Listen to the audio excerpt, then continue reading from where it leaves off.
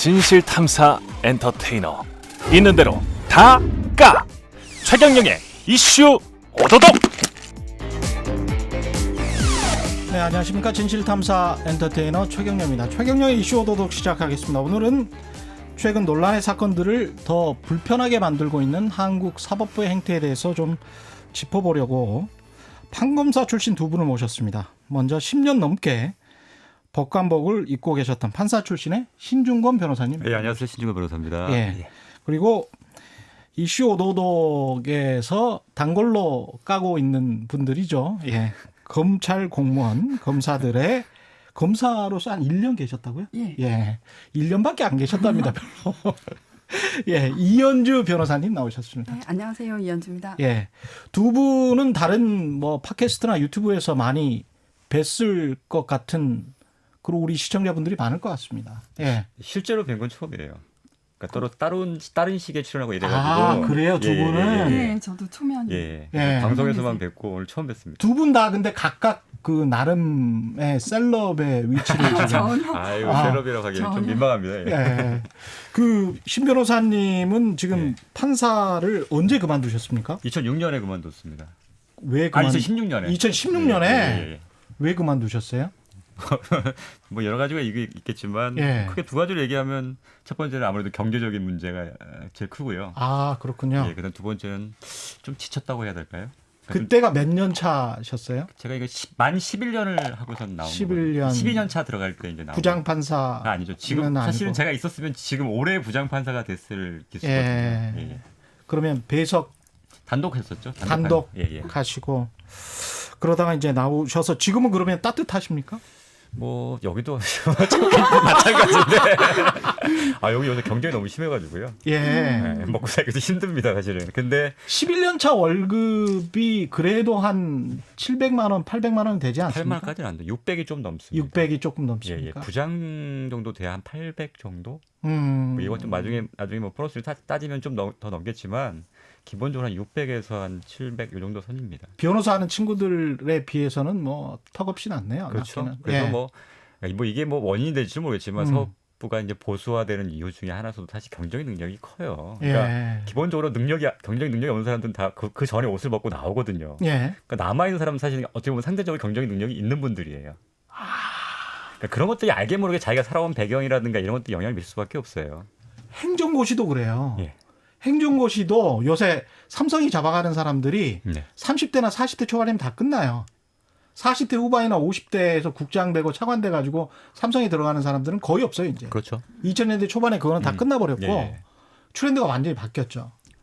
아, 그렇군요. 네, 제 개인적인 진단은 그렇습니다. 예. 그러니까 주변에 이게 정말 그러니까 제가 보기에도 정말 열심히 하시고 능력 있는 예. 분들이 경쟁 능력 때문에 나오시는 거 보면 저도 되게 안타까워요. 음. 저희 어차피 능력이 없어 나오긴 했지만 근데 그분들은 진짜 정말 계속 사법부에 있었으면 좋겠다고 하시는 분들이 남아 있고 오히려 저분은 좀 나갔으면 좋겠는데 하시는 분들은 남아 있고. 그러니까 제 개인적인 생각입니다. 예. 그래서 그런 것들이 조금 경쟁 능력이 좀 뒷받침돼 준다 그러면 오히려 정말 소신껏 능력껏 일할 수 있는 분들이 많은데 예.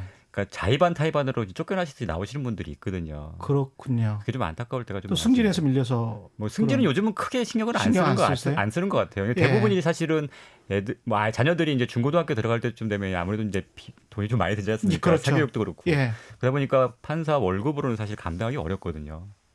검사도 그렇습니까?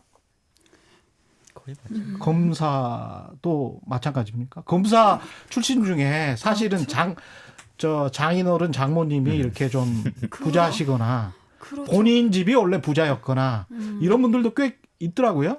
그렇죠. 그 법무기족, 뭐 사위족이라고도 예, 부르고, 예, 그러니까 예. 그 장인이 검사장, 뭐 고검장, 뭐 이래서 잘 나가시는 그 사위족들이 있고 그런 분들은 뭐 윤택하시죠. 그렇죠. 한동훈 검사장도 사위족이지만 그렇죠. 본인 능력으로 잘 되신 거고, 예. 그리고 이제 연수원 시절에 뚜마담 뭐 기타 등등해서 이게 그 재력가 그렇죠. 그렇죠. 그러니까 그쪽에 재력하고 이쪽에 권력을 등가 거래를 하는 식으로 이제 예. 잘 팔려가는 분들도 계세요. 맞아요.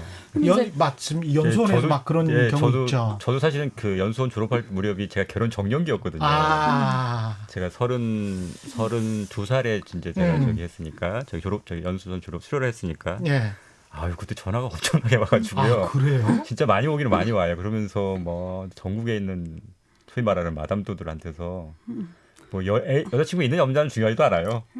그냥 뭐다 전적인 재력이 있는 분들이 예. 있으니까 한번 만나봐 보기라도 해라. 게다가 이제 뭐 단가 같은 게 정해져 있더라고요. 무슨 뭐 아파트 키 무슨 뭐 그건 뭐 구체적인 차량 그러니까 아마 어느 정도 만남이 지속되면 아마 그런 얘기가 오고 갈 텐데 첫 예. 만남부터 그런 얘기는 하지는 않고요. 아, 제가 근데 듣기- 대부분 예. 이제 재력을 얘기해 주시죠. 그렇죠. 뭐 예를 들면 뭐 제가 했던 소개받은 분 중에 하는 뭐 대구 상공회의소 회장 딸이라는 분도 있었고 뭐 이런 식의 예. 식의 뭐 얘기들이 있었어요.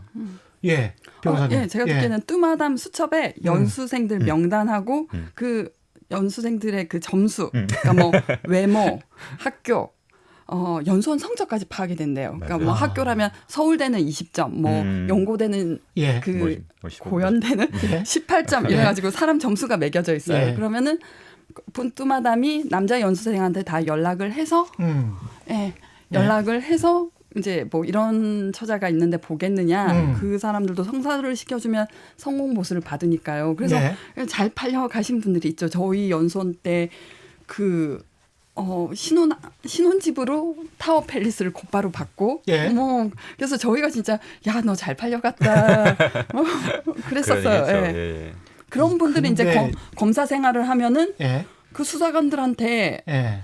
그 박박 돈 주면서 사실 잠복을 시킨다든지 아. 뭐 야근을 시킨다든지 미안하니까 그러면은 용돈으로. 네, 그러니까 그냥 월급을 거의 그랬잖아요. 자기 과외돈을 주면서 이제 수사를 열심히 그러니까 그 그러면서 수사관들의 그걸로 실적은 이제 뭐 승진할 수도 있고 본인은. 그렇죠. 예. 예.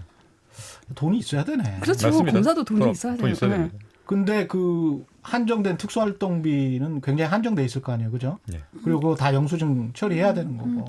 그래서 심지어 스폰서를 두는 게 수사를 열심히 하는데 도움이 된다라고 주장하는 검사도 계세요. 이게 지금 전부 다 돈 문제네요. 그러니까 어떻게 보면. 스폰서한테 우리 좀 용돈 받아서 거학을 척결하면 되지 않느냐라고 그렇죠. 주장. 그럴 작은 수 악으로 있네. 큰 악을 적용한다는 이야기죠. 뭐 일단. 근데 이렇게 나오셔가지고 두 분 같은 경우는 이제 그 빨리 나오신 편이기 때문에 어떤 정관으로서 그렇게 별로 그렇게 큰 이득을 보지는 못했을 것 같습니다. 제 생각에. 신변은 뭐 빨리 나오신 건 아닌 것 같아요. 뭐 저도 사실은 근데 단독 하시다가 나왔으면 그러니까 그게 그렇게 늦은 건 빠른 예. 건 늦은 건 아니에요. 그러니까 예. 보통의 경우는 부장 판사를 달고서 나오는 그렇죠. 경우가 대부분이라서 그러니까 평판사 하다가 나온 분들은 사실 많지는 않아요.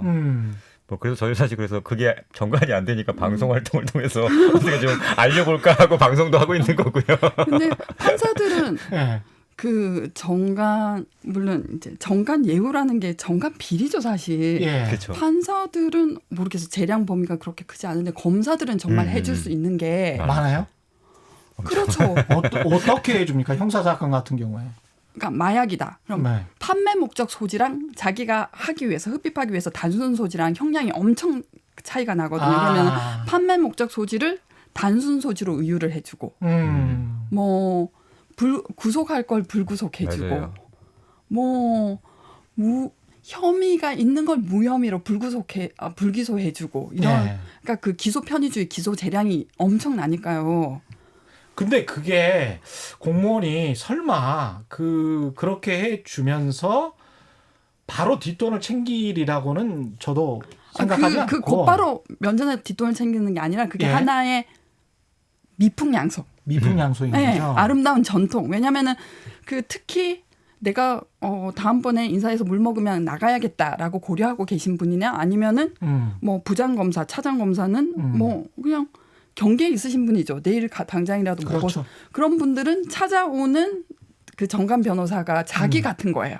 아, 그렇잖아요. 잠시 후에 자기 모습이죠. 그렇죠. 내가 저를 찾아왔는데 후배한테 얘기하는데 저 냉담하게 대하고 막 연민의 정이 느껴지는군요. 그러니까 그냥 서로 이렇게 동병상련 이신점심인 거죠. 아 내가 잘해주면 나도 저렇게 후배들이 나를 잘해줄 것이고 뭐. 그러니까 이게 지금 검사하고 좀 판사하고 좀 다른 것 같아요. 그렇죠. 그러니까 검사는 약간 개인적으로 만날 수 있는 기회들이 꽤 많아요. 그러니까 뭐 수사 정관 변호사를. 그러니까 변호사 자체를. 예. 그러니까 왜냐하면 와서 이제 수사 입회해서 와서 이제 그렇죠. 한두 마디 만날 수도 있고. 예. 근데 판사 자체는 사실상 뭐 물론 개인적으로 따로 만나는 거는 별개로 치고 법정 외에서는 사실 만나기가 쉽지는 않다고요. 그렇죠. 그러다 보는 보니까 눈도 있고. 이게 뭐 이게 미래의 내 모습이니까 잘 보여줘야지 이런 거기보다는 그러니까 요즘 제가 봤을 때는 뭐 정관예우 비리 뭐 얘기하긴 하는데 뭐 돈에 얽히는 경우는 사실은 그렇게 많지 않은 것 같아요. 원래 그러면 생각이 그러니까 그런 것도 있을 수도 있지만 아니면 개인적인 친분이 오히려 더 그러니까 얘랑 같이 오랫동안 같이 근무했어요. 그러니까 왜냐하면 예. 워낙 숫자가 적어요. 판사나 검사나 마찬가지고. 그렇죠. 그러니까 예. 그다음에 몇 바퀴 돌다 보면 한두 예. 번씩은 다 만날 수밖에 없는 구조거든요. 한 10년 이상 하다 보면. 변호사로 지금 가 있어요. 예, 근데 얼굴을 그냥 법정에서 보는 거죠. 예, 예. 그러면 같이 근무했던 동료야.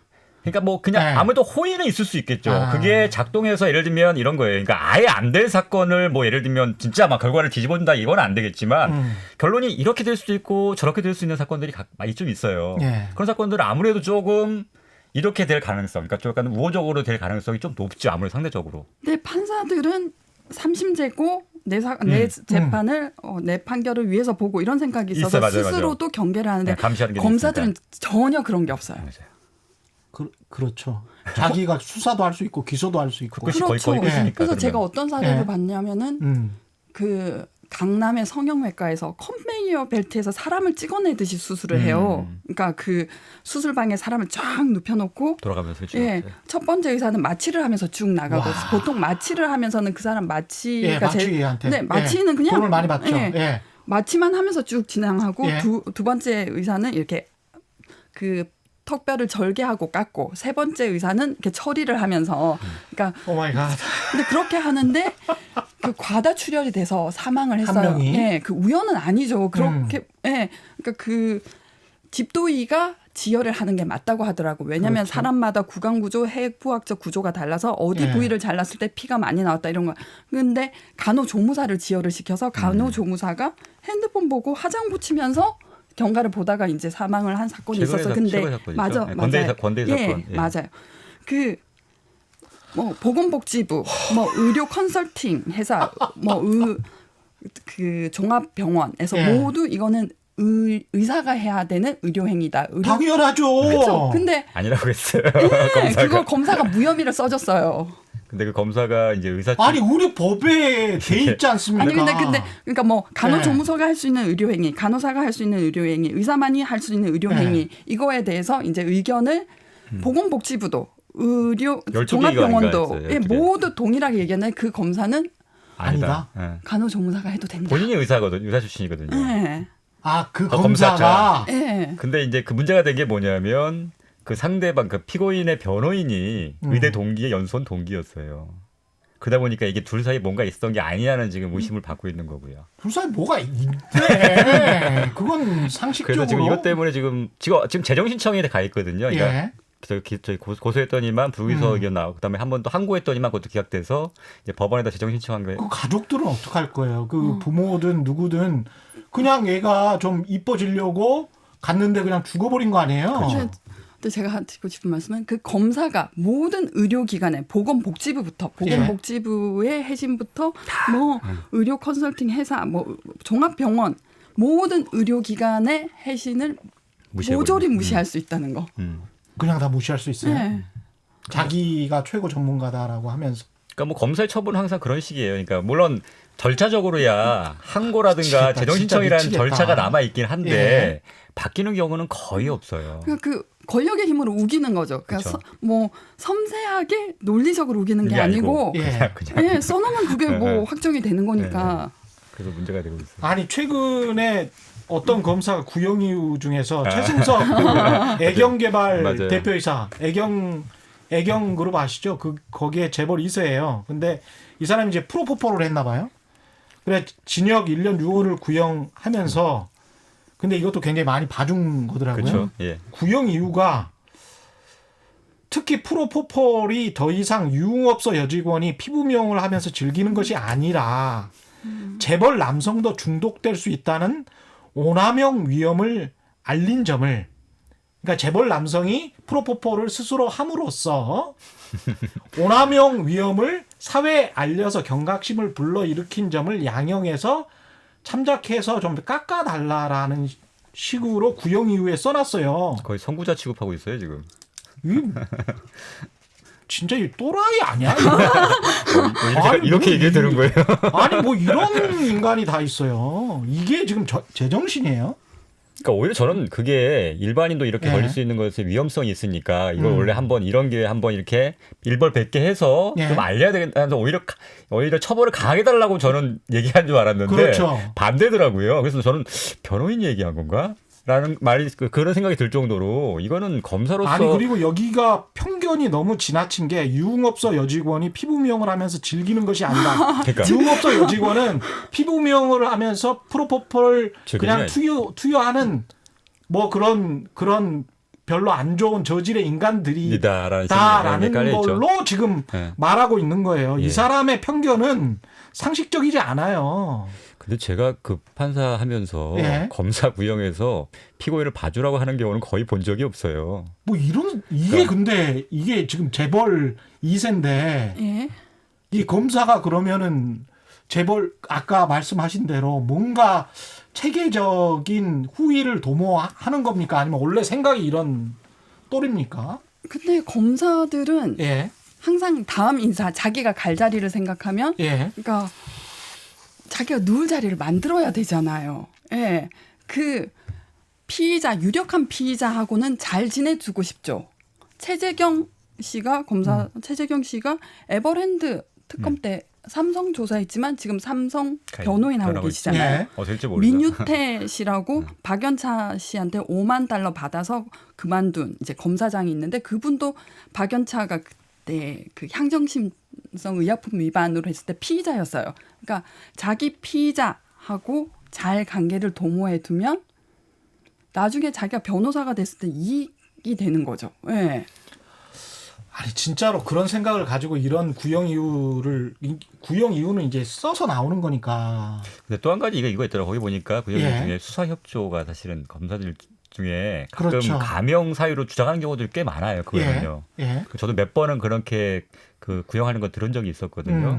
사실 당연히 피의자는 수사 협조해야 될 의무가 있는 거고 당연히 해야 될 거를 그렇죠. 마치 그게 뭐 대단한 게 무슨 뭘 한 것처럼 해가지고 그걸 가명 사유로 삼는 건 말이 안 되는데. 그거는 봐주고 싶은데 예, 이유를 그러니까. 풍부하게 해주고 하기 위해서. 하다가 그러니까, 삑사리를 낸 거죠. 말도 안 되는 이유잖아요. 사실은 그게 뭐 예. 대사 따져보면. 그러니까 봐줄 사유가 별로 없는데 예. 봐주고 싶어. 그래서 길게 쓰려고 하다가 삑사리가 난 거예요. 지난번에 누구였습니까? 손종우였습니까? 조주빈이었습니까? 무슨 결혼 생활을 손정우입니다. 네, 손정우죠. 예. 예, 예. 아동 예, 예. 영상물 예. 해서 예, 성착취. 맞아요. 예. 근데 그 결혼을 해서 그런 것도 참작이 됐다. 결혼 생활. 이거는 무슨 말인가요? 이해가 잘 안 되는데. 그게 이런 예. 뜻일 수는 있어요. 그러니까 거기는 마치 그게 직접적인 가명, 그러니까 형을 예. 아직 낮추는 사유라고 마치 기재되어 있는데 제가 예. 보기엔 그것까지는 아니고요. 예. 이제 양형을 할 때는 여러 가지 사유를 고려하게 돼 있어요. 그 중에 그렇죠. 하나가 뭐냐면, 그러니까 피고인으로 인해서 그 가족이 그러니까 예상할 수 없는 보다 더 큰 손해를 피해를 입게 되는 경우는 사실은 그거를 약간은 좀 참작해 주는 경우가 있어요. 그러니까 부양 가족이 많은데 예를 들면 이게 구속되거나 실형을 받게 되면 가족들이 이제 예측하지 못했던 피해를 너무 많이 받을 수 있잖아요. 물론 어떻게 보면 당연히 이 사람의 행동에 대한 결과일 수는 있겠지만 그게 이제 보통 통상적으로 예견할 수 있는 것 이상으로 예. 예를 들면 진짜 중병에 걸려서 치료비가 계속 필요한 부모가 있다든가 이런 것들은 그래서 그걸 전적으로 반영해 주는 건 아니지만 그래도 조금은 반영해서 형을 정할 때 좀 참작해라. 이 정도인데 예. 이게 워낙 또 충격적인 결혼했다고 마치 이게 이렇게 결혼했으니까 감명해 준다라고처럼 이렇게 돼 있으니까 예. 이게 받아들인 입장에서 야 그럼 결혼 기혼자들은 그럼 다 그러면 감명해 줘야 되냐라는 얘기가 돼서 그렇게 근데 그거는 아마 제가 봤을 때도 지금 말씀하신 것처럼 양형 이유를 써야 되잖아요. 양형 이유를 써야 되는데 그렇죠. 양형 이유는 어떻게 되냐면 불리한 정상, 유리한 정상을 써야 돼요. 예. 그러다 보니까 아마 균형을 맞추기 위해서 그 함정에 들어가는 게 아닌가라는 생각도 좀 들긴 해요. 이 검사나 판사분들이 딴 세상에 계신 거 아닌가 그런 생각도 좀 들어요. 근데 예. 저는 공정과 객관은 하나의 오류 신하다라고 생각하는 사람인데 똑같습니다. 저도. 예. 예. 예. 사람이 살아온 배경 그리고 그간의 형성해온 가치관 그걸 벗어날 수가 없어요. 없죠. 예. 가령 어떤 판사가 주거 침입 절도죄에 대해서는 너무나 엄격하게 중형을 선고하신 거예요. 예. 무슨 일인가 해봤더니 본인의 집이 뒤집어진 적이 있는 그러니까 자기의 가장 예. 개인적인 공간이 서랍이 다 펼쳐져 있고 그러니까 도둑 맞은 게 큰 게 아니더라도 이건 나쁜 범죄라고 본인이 불쾌감과 생각하고 불안감 예. 그리고 가족들의 신원이 다 밝혀졌잖아요. 딸은 어디 유치원 다니고 아들은 어디 납치되면 뭐 이런 그렇죠. 그리고 어떤 여자 판사님은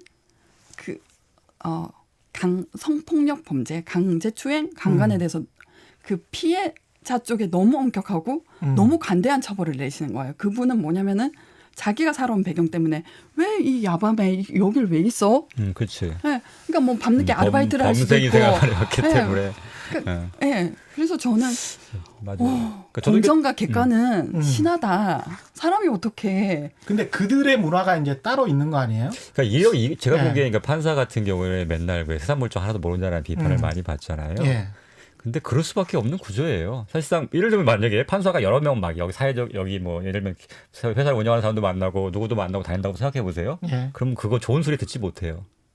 그렇다 또. 왜냐하면 잠재적인 네. 어떻게 보면 피해자가 될 수 있고 의뢰인이 될 수도 있는데 당선 당사자가 될 수 있는데 네. 또 왜 이렇게 많은 사람들 만나고 다녀 의심한다고요. 네. 그렇죠. 저도 신 변호사님 말씀에 동의하는 게 그러니까 네. 사는 세계가 좁아요. 아유. 그러니까 기록 속에서 책 속에서 그렇죠. 그게 세상을 전부예요. 아는 사람들이니까 음. 그 가령 뭐 정강훈 목사에 대해서도 그 목사의 이력을 자세히 살펴봤으면 이미 공직선거법을 위반해서 2019년 5월에 그 대법원에서 집유 확정 판결을 받고 집유 기간 중이었거든요. 동종 그렇죠. 범죄를 다시 저질렀고 예. 그리고 뭐 그 하나님을 믿으면 코로나 안 걸린다. 걸리더라도 금방 나을 수 있다. 이렇게 예. 발언을 하신 분인데 예.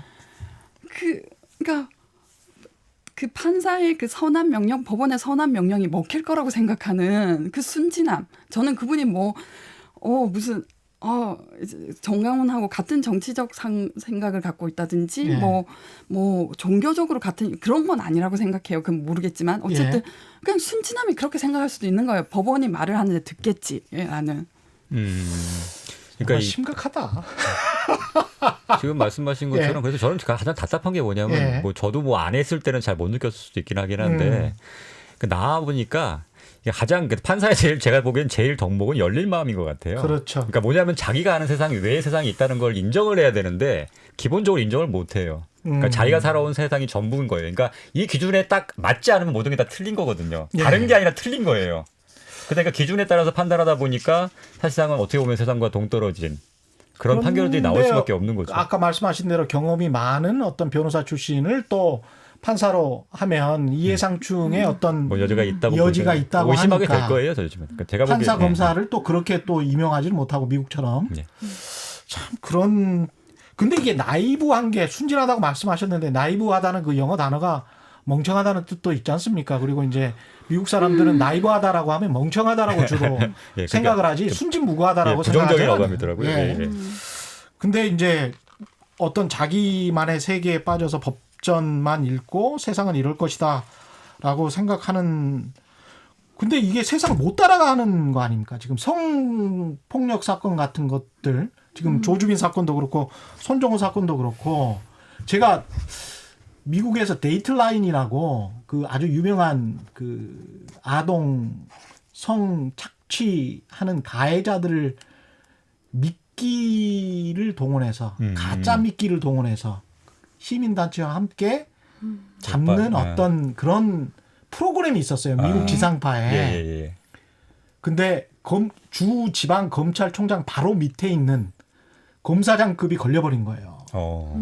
아동 성착취 영상물로 들어가서 데이트를 하려고 한 거야. 그 앞에 MBC의 모든 보도 차량이 가가지고 막 반짝반짝 불 켜고 빨리 나와라. 실시간 중계를 해버린 거예요. 와, 그 사람이 권총으로 자살했어요. 권총으로 자살을 했거든요. 근데 이제 그 정도로, 근데 그렇다고 해서 그 프로그램이 폐지가 됐냐 그러면 뭐 그냥 잘 나가요. 그 이후에도 시청률도 그냥 그만큼 아동 성착취에 관해서는 굉장히 엄격하죠. 그게. 엄청 엄격하더라고요. 뭐 사회적으로 그냥 무조건 안 돼.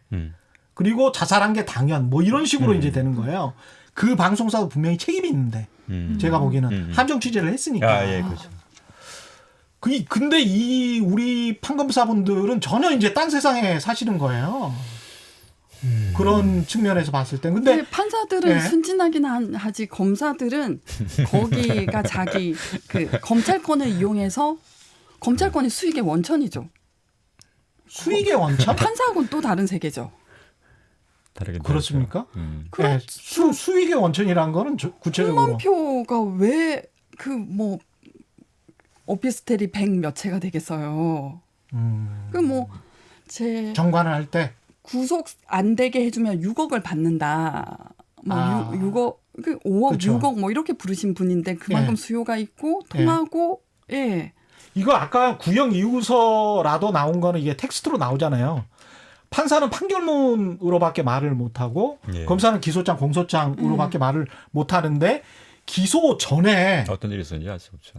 엄청나게 많은 일이 있지 않습니까? 검사는. 그렇죠. 예. 판사는 판결만 있지만. 예. 그 검사들 사이에 전설처럼 내려오는 얘기가 있어요. 예.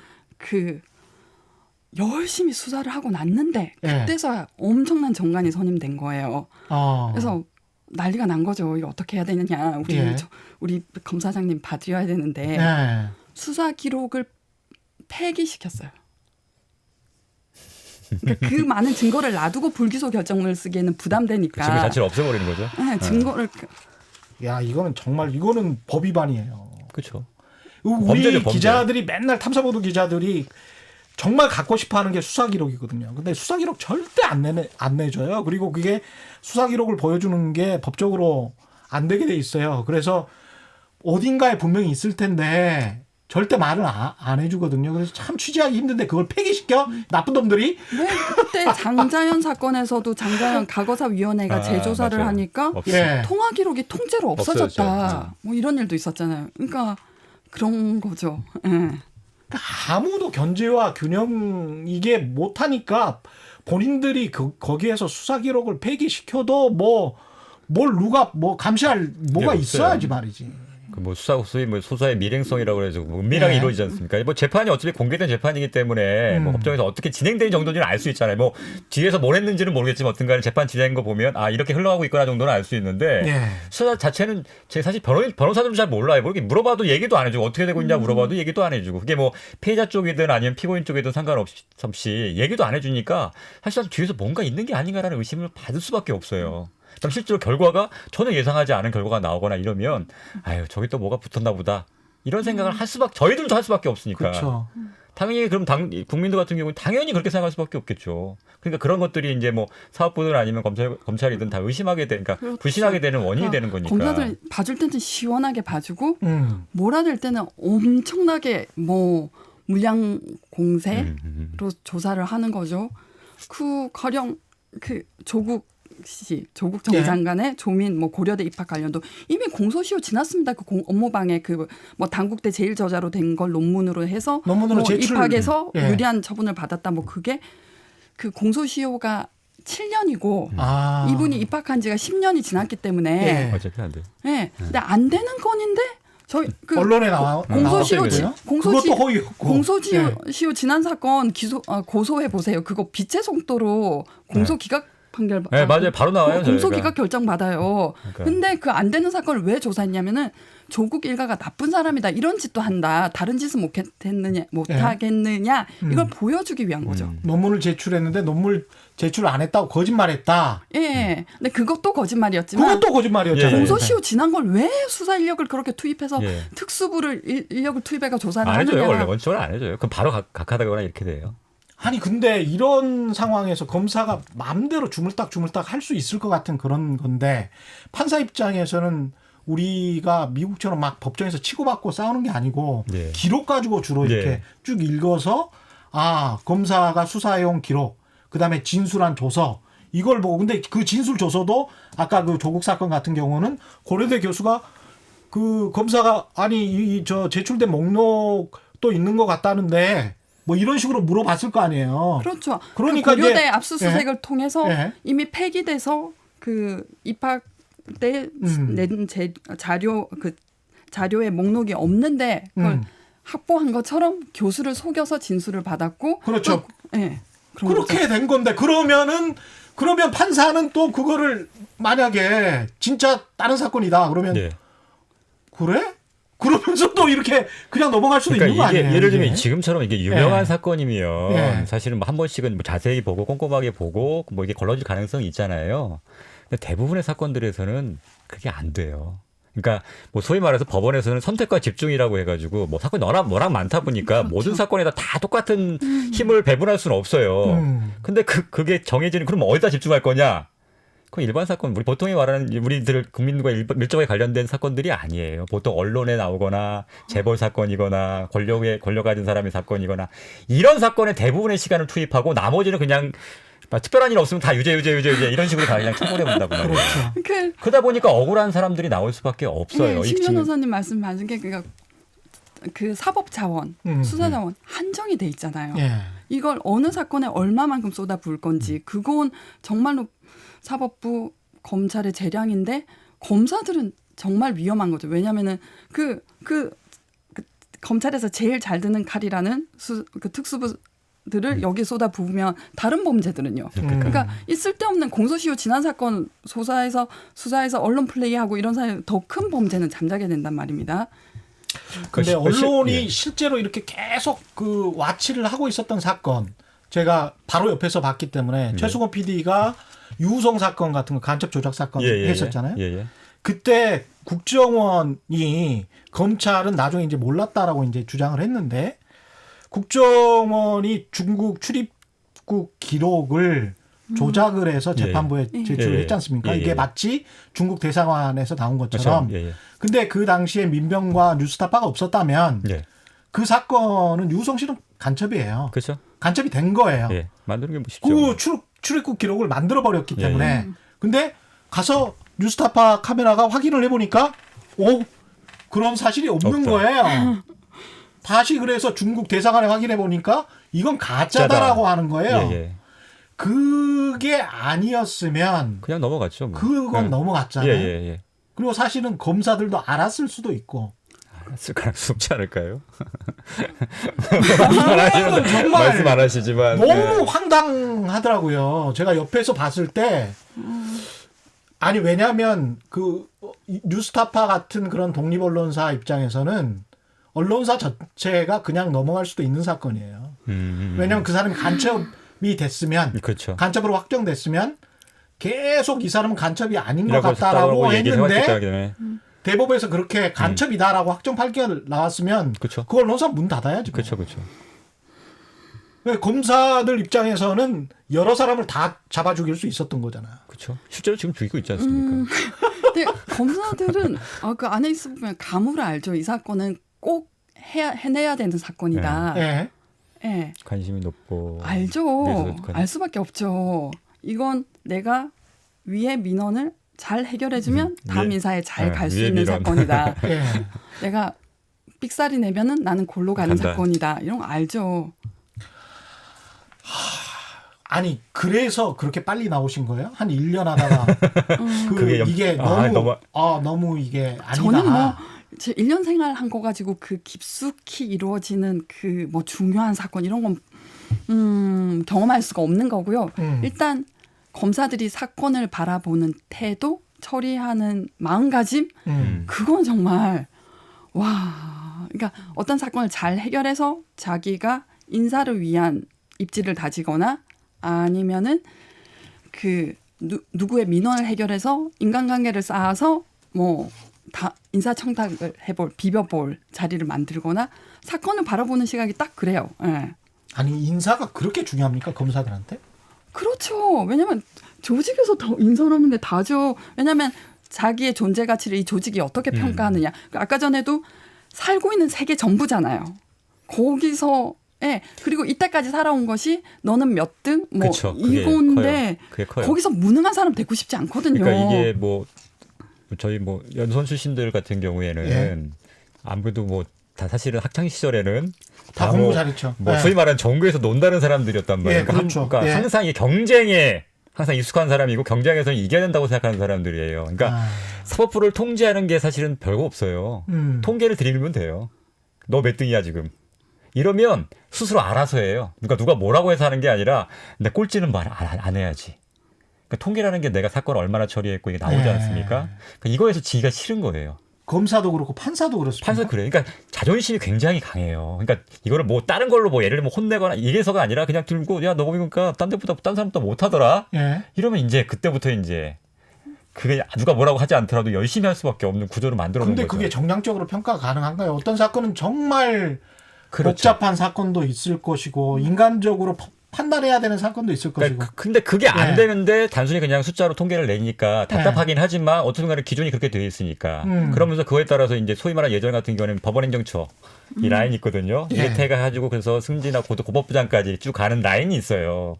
내가 저걸 타야 된다고 생각하는 사람도 꽤 많거든요. 예. 그러니까 뭐 저는 애초부터 포기했기 때문에 신경 쓰진 않았지만 그렇죠. 특히나 젊은 나이에 학창 시절에 재학중 합격, 그다음에 군법무관 출신 이렇게 하고 서울대 법학과 출신 이렇게 라인이 있어요. 그렇죠, 그렇죠. 어떻게 보면 승진에 딱 적합한 조건들. 그렇죠. 예.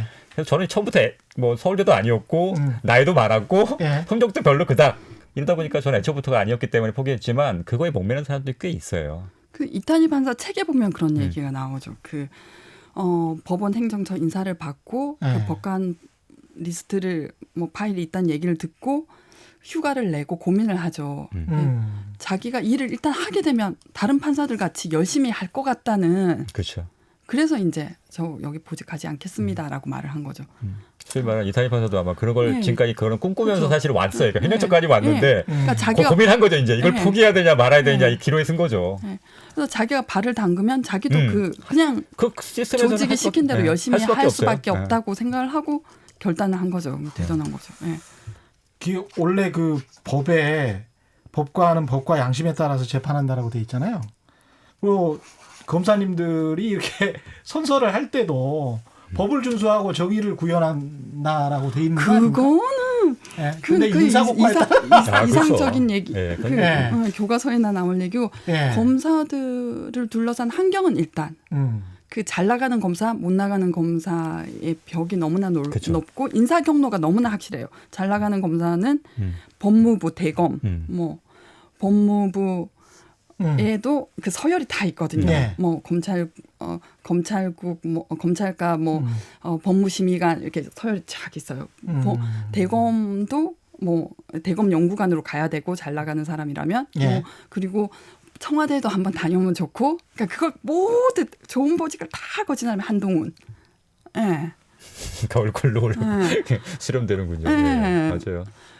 그리고 못 나가는 검사들은 딱 그 말로는 이제 중경단, 중요경제범죄수사단, 그거 있죠, 맞아요. 고검. 네. 그 전에는 그 처박히는 데가 서울 북부지검, 의정부, 그리고 창원지검. 아유, 지금 거기 계신 분들은 생각하셔야 된 아니, 건가요? 거기 검사들의 무덤. 그러니까 너는 너는 이제 좀 전망 없다야. 그쪽에는 이제 세 개를 다 찍은 검사가 이문정. 그러니까 그렇게 되는 거예요. 그 이문정 검사가 한때는 잘 나갔어요. 법무부 법무심의관실에서. 그러면은 다음 인사 경로는 중앙지검에 3년을 있어야 되는데 첫 해 말에 그 무죄구형 사건을 내고 지켜가지고. 창원을 날아가고 맞아요. 그 다음에는 의정부, 북부 이러면 이제 그냥 나가는 얘기죠. 예. 아니 의정부, 북부, 창원은 왜 안 좋은 거예요? 모르겠어요. 모르겠어요. 진짜 그러니까 선호도가 있더라고요. 법원도 마찬가지긴 한데. 강남에서 뭔가? 그러니까 뭐 교통편 이런 것들 다 고려해가지고 예. 그다음에 사건의 무슨 질이라고 하긴 좀 그렇긴 하지만 뭐 수나 뭐 약간 어떤 사건들이 주로 많은지 뭐 이런 거 따져가지고 선호도가 사실 있긴 있어요. 괜히 뭐 강력 사건 많은 곳에서 힘들게 일할 필요 없다라고 생각할 수도 있겠습니다. 예. 그 너는 못 나가는 검사에 잘 나가는 검사를 딱 보여주니까 그걸 들어와서 이제 거기서 첫 초임 검사로 와서 보면서 그 문화에 길들이게 돼요. 나는 어떤 길을 갈 것인가. 이런 거구나. 기자들이 정치부나 경제부 출입을 하면서 그룹, 재벌, 뭐 대표이사, 그다음에 이제 국회의원 이런 사람들 만나고 본인들이 마치 그렇게 된 것처럼 그런 레벨인 것처럼 느끼는 거죠. 착각하는 거하고 비슷하네. 그러면서 계속 정치부나 경제부 있으려고 하는 것 같은. 예. 그러면서 나도 같은 레벨 그러면서 뭔가 떡고물도 살짝 기대를 하는 속마음은. 뭐 로스쿨 세대는 좀 다르다고 하더라고요. 네. 그 뭐 웰빙을 추구하고 뭐 워라벨. 근데 사법 연수원 세대까지는 정말 그게 이제 명예인 거네요. 그렇죠. 죽을 때 묘비에다가 뭐라고 쓰는 거. 예. 검사장이면 차관급 해가지고 뭐 이렇게 차관 뭐 이렇게 쓸라나? 그러니까 부장 검사는 1년마다 인사가 나는데 예. 영원한 고3이라고 불러요. 어디 갈지. 예. 모르니까. 피가 마른 거예요. 그때. 그쵸. 인사 발표 나면. 그 차장검사 승진해야 되는데. 예. 그렇죠. 뭐 또 서울 수도권에 놔야 되는데. 네. 서울 수도권에 놔야 되고. 이게 저는 제가 나이브했던 것 같은데 제가 멍청한 거 아니 그래도 무슨 우리가 기자도 저는 아직까지도 그런 생각 가지고 있거든요. 진실, 사실, 사람, 조직, 돈이 제일 합하리. 이렇게 생각을 하는 거거든요. 그러니까 그런 이제 가치 있는 직업을 지향했던 사람들은 당연히 그렇게 생각해야 되는 거 아닙니까? 근데 뭐 지금 제가 이렇게 얘기하니까 예. 모든 분들이 다 그렇다고 생각하실까봐 좀 걱정이 되긴 하는데. 모든 분들은 다 그런 건 아니겠죠. 근데 어떻게 보면 더 많은 예. 분들이 사실은 어떻게 보면은 열악한 환경 속에서도 사실 열심히 하시는 분들이 더 많아요. 근데 그런 분들보다는 오히려 좀 약간 좀 오히려 삐딱한 게 좀 이게 좋은 쪽으로 삐딱한 게 아니라 약간 이게 좀 약간 부정적인 모습을 보여주는 분들이 뭐 언론에도 나오고 예. 그다음에 주위에 보니까 좀 약간 그런 분들이 잘 띄잖아요, 눈에 또. 그렇죠. 그러다 보니까 그런 분들이 오히려 더 많은 것처럼 보이긴 하는데 예. 제가 보기에는 오히려 그런 분들보다는 열심히 하는 분들이 더 많긴 많아요. 근데 판사들은 그럴 것 그러니까 같아요. 열심히 하는 거가 예. 잘하는 건 좀 다른 문제거든요. 그렇죠. 맞아요. 문제는 거예요. 그러니까 네. 이분들이 뭐 예를 들면 내가 나는 그러니까 일부러 내가 뭐 그러니까 부정행위를 저질러야지 아니면 누구랑 짜고서 내가 이거 이렇게 결론을 내야지 이게 아니에요. 사실은 어떻게 보면 시스템적으로 그러니까 그동안은 뭐 지금은 좀 제도가 바뀌긴 했지만 아무런 사회적인 경험이 없는 상태에서 바로 20대 빠르면 20대 중후반 아니면 뭐 30대 초반에 판검사 된단 말이에요. 아무런 경험도 없어요. 그런데 그렇게 되면 어떻게 되냐면 기존 해왔던 방식을 스스로 그러니까 도제식 저희는 판사 같은 경우는 주로 이제 도제식이라고 부르거든요. 예. 그러니까 부장 판사님 아래서 이제 배석부터 시작하면서 이제 어떻게 그동안 해왔는지를 배운단 말이에요. 그 배우는 게 뭐겠어요? 자기 아무것도 모르잖아요. 과거 했던 걸 그대로 따라가는 거예요. 그러다 보니까 좋은 것도 따라가겠지만 나쁜 것도 따라갈 수밖에 없어요. 그게 나쁜 건지 모르는 상태에서. 그렇죠. 그게 이제 몇 년, 10년 이렇게 하다 보면 자기 똑같이 그렇게 된 거예요. 그럼 또 밑에 사람은 똑같이 가르쳐준단 말이에요. 그게 수십 년간 이어져 온 거란 말이죠. 꼭 근데 나쁜 뜻으로. 판사님들은 훌륭한 분도 많아요. 제가 가서 저 당사자 재판인데 저 얘기를 저렇게 다 맞아요. 인내심 있게 들어주시는구나. 그래서 그 사법농단 될 때 좀 전면에 나서신 판사 중에 하나인데 그 보통 판사들 편견이 왜 나서고 목소리 높이고 그러면 재판은 엉망으로 한다. 예, 예. 근데 그분은 재판도 정말 성실히 하신 거예요. 예. 그러니까 저 변호사가 들어가면은 저 재판부의 재판 스타일이 보이거든요. 예, 그렇죠. 기일 중에는 열심히 기록을 보지 않아요. 기록을 닫고서 열심히 보고, 그러니까 그러면은 기일 진행은 좀 허술이하기 때문에 나중에 뭐 변론 제기를 한다든지 그렇죠. 그런 재판부도 있는 반면에 그분은 자기는 불이타, 그러니까 예측하지 못한 상태의 어떤 결론을 상대방이 안게 되는 걸 기피하는 편이다. 자기는 진행하면서 자기 심중을 드러낸다. 너무나 투명하게 하시는 거예요. 기록도 정말 저분은 저렇게 기록을 다 파가려면 도대체 잠을 주무시는 건가? 못 주무시겠죠. 네. 예. 토요일, 일요일 뭐 주말에는 쉬시는 건가라고 생각을 할 정도. 근데 그분이 사법농단 문제가 불거졌을 때 나오셨더라고요. 그래서 그냥 신뢰감이 생기잖아요. 근데 판사님들은 훌륭하신 분도 많은데 예. 검사들은 진짜 그냥 문화가 거기 거기에 있는 공기, 공기가 안 좋아. 수질, 막 이런 게 제 친구가 고생했던 얘긴데요. 예. 2006년에 그분도 검사였어요? 예, 부산에서 있었던 얘긴데 음. 그 성매매 전담이었어요. 그 형사부가. 근데 부장이 성매매 사건을 이제 결제를 올리죠. 뭐 성매매하면 초범 양형 기준표가 있잖아요. 초범은 70만 원, 뭐 재범은 뭐 200만 원. 그러니까 결제를 올리면 부장이 그거를 결제를 해주고 스폰서랑 놀러를 가는 거예요. 성매매 받으러 가는 거예요. 그래서 자기가 양형 기준표가 있으니까 자기도 야 이거 불기소해, 뭐 기소유예 해, 뭐라고. 그렇게 하기는 그랬는지 좀 깎아줘. 야 70만 원 하지 마. 내가 맞아. 30만 원 해. 이러고 결제를 슉 하고 스폰서랑 놀러를 가는 거예요. 예. 그러니까 놀러를 가는데 성매매. 그렇죠. 자기네들은 그 검사들은 자기네들은 법이 적용 안 된다고 생각해요. 법을 적용할 뿐이지.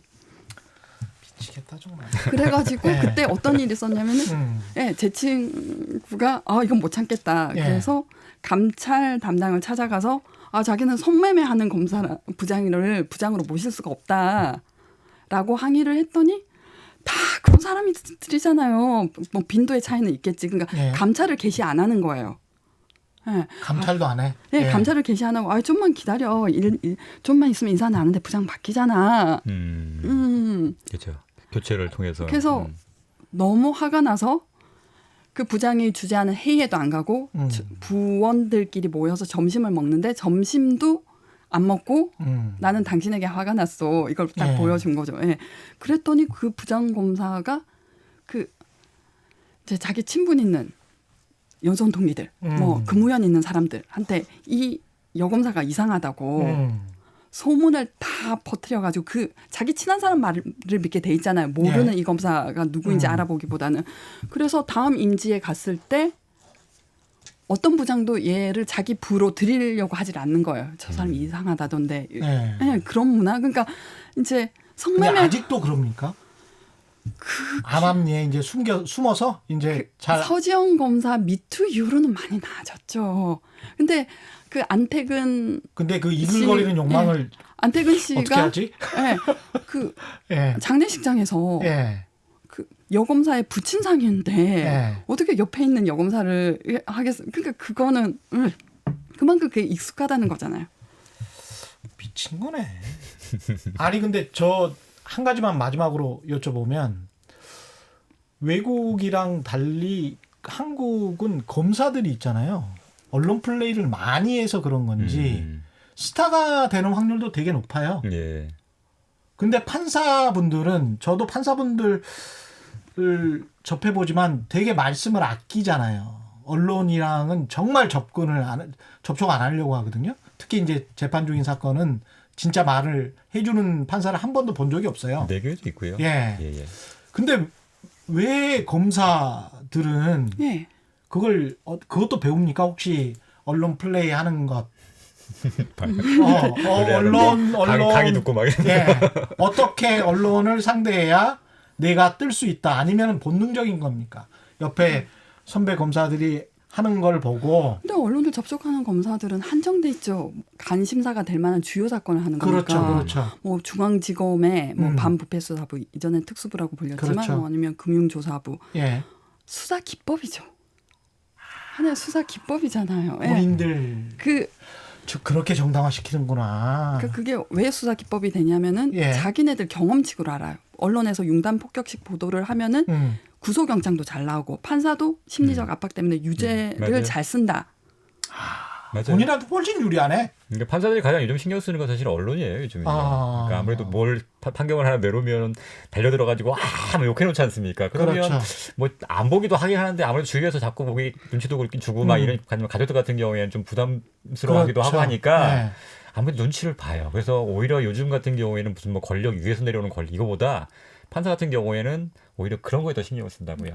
어떤 특수부 출신 변호사의 경험담이 있어요. 자기는 이 사람은 아닌데 부장검사가 와서 쫀 거죠. 이 사람 또 넣어야 이렇게 전체 그림이 된다. 그러니까 그 어떤 회사 비리인데 이게 윗사람을 엮어 넣어야 전체적으로 좋아 보인다. 그래야 뭐 더 큰 사건까지 보이고. 그래서 이 사람은 아닙니다. 이랬는데 구속영장을 쳐라라고 압박을 받아서 모르겠다. 판사님이 잘 알아서 기각해 주시겠지 라면서 구속영장을 쳤는데 영장이 나왔다는 거예요. 검사도 반신반의가 뭐예요? 이거 영장 우리 판사님이 기록 잘 보시고 영장 기각해 주실 거예요. 쳤는데 언론이 작동을 하니까 이미 나쁜 사람 여론 재판으로 몰고 가 있고 그리고 구속영장을 쳐서 구속을 해서 재판을 받고 있는데 왜 그러니까 검사들은 똘똘 만다고 하거든요. 사건이 안 되는 거지만 터지지 않게 김밥이 터지려고 똘똘 만다고 자기네들 그래서 그러니까 어떻게든 똘똘 말아서 기소를 하고 좀 마음이 무거운 거죠. 판사님이 잘 알아서 보시고 무죄 써주실 거예요. 근데 1심 유죄, 항소심 유죄, 대법원에서 무죄가 난 거예요. 그래서 그걸 본인이 겪고서 이거 검사 할 짓이 못 되는구나. 그 예전에 그래서 실제로 뭐 지금 중앙 같은 경우에는 이제 주말에도 이제 전담 판사들이 하시긴 하는데 다른 법원 같은 경우 주말에는 그냥 판사들이 돌아가면서 했거든요. 그러니까 영장에 익숙하지 않아요. 그다음에 어떻게 하냐면 대부분 그냥 발부해버렸어요. 그래서 일부 검사들이 주중에 안 하고 주말에 골라서 영장 청구하는 경우도 있어요. 그때 영장 심사에서 그 영장 발부될 수 있게. 잘 모르니까 그냥 그냥 어떻게 되나? 모르겠다 발부해버리자. 왜냐면 발부했을 때는 큰 문제가 안 생긴다고 생각을 하거든요. 어떤 범죄자라고 보기 때문에. 심지어 이런 말도 있어요. 그 왔는데 잘 모르겠는 거예요. 아니면 딱 봐도 그냥 자기가 나쁜 사람 같이 보이는 거예요. 그럼 영장 서명해놓고 직원한테 새벽 2시에 내려보내세요. 그러니까 지금 그래서 어디서 우스갯소리로 지금 막 2-3시 하는 게 정말 2-3시까지 본 거냐. 아니면 너무 일찍 하면 사람들이 이거 제대로 안 받구나라고 할까봐. 한참 자고 일어나서 그때 내려주는 거냐. 그것도 엠바고네. 이런 얘기가 있어요. 내부 엠바고. 예, 알 수는 없는데. 근데 그거는 그래서 한동훈이 법원 안 가려고 하는 거잖아요. 왜냐하면 사법농단 얼마나 안 좋게 멋지게 했기 때문에 판사를 100명을 불러서 조사를 했는데 오기만 해봐라 너. 그 한동훈 이제 구속영장 오면은 판사가 곧바로 서명해놓고 기록 2시에 내려가세요. 가지고 가세요 하고 뒷문으로 퇴근하는 거예요. 이야. 정말 이거 어떻게 해야 될지 참 모르겠습니다. 이거 어떻게 해야 됩니까? 이렇게 문화가 이렇고 사람이 이렇고 그러면 그렇다고 그분들 싹 다 바꾸고 그럴 수는 없는 거 아니에요. 그렇죠. 제도적으로도 그렇고 사람, 제도, 문화 뭐 이렇게 우리가 보통 이야기를 하는데 세계를 지금 다 바꿔야 되는 그런 상황 아닙니까? 네, 그렇죠. 어떻게 해야 될까요? 그게 가장 어려운 문제죠, 사실은. 깝깝하죠. 네. 예. 기자들도 똑같아요. 저희들도 맨날 기레기라고 욕먹고 있기 때문에. 검찰도 2-30년은 걸릴 것 같아요. 그러니까요. 2-30년은 걸릴 시간이 약이다. 시간이 약은 아니고 시간을 그냥 지난다고 되지는 않겠죠. 그러니까 저희 같은 경우도 마찬가지인데, 그러니까 지금 약간 젊은 판사들은 생각이 조금 달라지고 있긴 해요. 과거에 그냥 무조건 답습했던 게 좀 약간 문제가 있기도 하다라는 생각이 강하기 때문에 이런 판사 나중에 이제 뭐 부장되고 뭐 예를 들면 법원장 되고 이러면은 조금 문화가 바뀔 것 같긴 한데 지금까지는 아무래도 과거의 거를 그대로 답습해왔던 그런 분들이 중심에 있기 때문에. 지금 당장 이게 바뀌기는 좀 어려울 것 같아요. 아니 저는 자본주의의 특성상 경제쇼를 하기 때문에 정관 아까 A우가 아니고 정관 비리라고 말씀을 하셨잖아요. 그러면 뭐 경쟁을 해서 가령 승률이 높은 변호사가 더 높은 수임료를 받는 게 자본주의인데 부장판사나 차장검사 출신이 바로 나와가지고 그거를 내가 전화를 걸어줄 수 있거나 친분이 있다라는 이유로 수임료를 높게 받는 거는 그거는 자본주의가 아니고 일종의 연고주의잖아요. 봉건주의이고 이거는 완전히 바꿔야 되는 거 아닙니까? 그건 맞습니다. 근데 제가 또 뭐 이렇게 말씀드리면 또 이제 또 제가 뭐 정관들을 옹호하는 게 될 수는 있긴 한데 그렇다고 해서 그러면 예를 들면 정관이에요. 제가 뭐 법원에 있으면서 한 10년 동안은 어떤 나름대로 이제 여러 가지 수련을 쌓아가지고 나름대로 이렇게 공부를 해가 나왔단 말이에요. 그럼 그거를 그냥 무시할 거냐? 그러면 그런 아무런 가치가 없는 거냐? 예를 들면 그런 것들 때문에 예를 들면 내가 좀 더 실력이 소위 말하는 실력이 좀 좋다. 하는데 넌 정관이기 때문에 무조건 너는 똑같이 더 받으면 안 돼. 아니면 너 이거 사건을 맡으면 안 돼. 이렇게 할 수 있냐는 문제는 있어요. 그러니까 물론 지금 말씀하신 것처럼 실력이 아니라 그냥 연줄 때문에 전화 한 통화하고 이런 것들 때문에 이런 것으로 해가지고 만약에 수임하거나 사건을 진행한다면 당연히 그건 비판받아야 되고 있으면 그건 당연히 어떻게 보면 처벌까지 받아야 되는 문제겠죠. 근데 단순히 법원에서 근무했다 아니면 검찰에서 근무했다는 이유만으로 똑같이 모든 게 비난을 받아야 되냐는 조금 그거는 좀 생각해봐야 하지 않나 생각이 들어요. 근데 뭐 원래 변호사 시장 자체가 공정 가격, 표준 가격이라는 게 있을 수가 없어요. 그리고 뭐 승률이란 것도 의미가 다른 또 책정이 안 되는 게 원래 온 사건 자체가 다르기 때문에 아까 인사 고가평가하고 똑같네. 똑같은 난이도의 사건이 뭐 모든 변호사에게 오는 게 아니면 대만 사건만 맞으면 돼요. 그렇지. 책 보기에 다 알잖아요. 그러니까 그게 의미는 없는데, 그러니까 오히려 그러니까 그게 약간 좀 부풀려진 면도 있다는 거는 조금 저는 그렇게 생각을 해요. 물론 없다고는 저도 생각을 안 해요. 있긴 있어요. 제가 봐도 전혀 없다고는 얘기 못 하겠지만 그게 이제 의심하거나 생각하신 것처럼 아주 전반적인 거냐라고 생각하면 또 그건 또 아닌 것 같거든요. 그 대법관 정관의 그 시장은 확실하죠. 그거는 뭐 그렇죠. 그거는 뭐. 지금 사건 부담이 대법원에 엄청나니까 거의 이제 심리 불속행 기각으로 날리고 그러니까 판결 이유가 있는 대법원 판결문을 받아보기 위해서는 도장이 필요하죠. 대법관 출신 변호사의 도장이 필요하다. 도장값이 몇 천만 원. 5천만 원 이상이다라는 얘기가 있어요. 근데 그래야 한 번이라도 봐주니까. 그렇죠. 대법원은 진짜 그게 좀 심각해요. 저도 여러 번 참고를 하지만. 좀 덧붙이고 싶으신 말씀 없어요? 다음에 또 나오시면 더 하시고 싶은 말씀이 많을 것 같은데 좀 아쉬워서 검찰 개혁과 관련해서는 이현주 변호사님.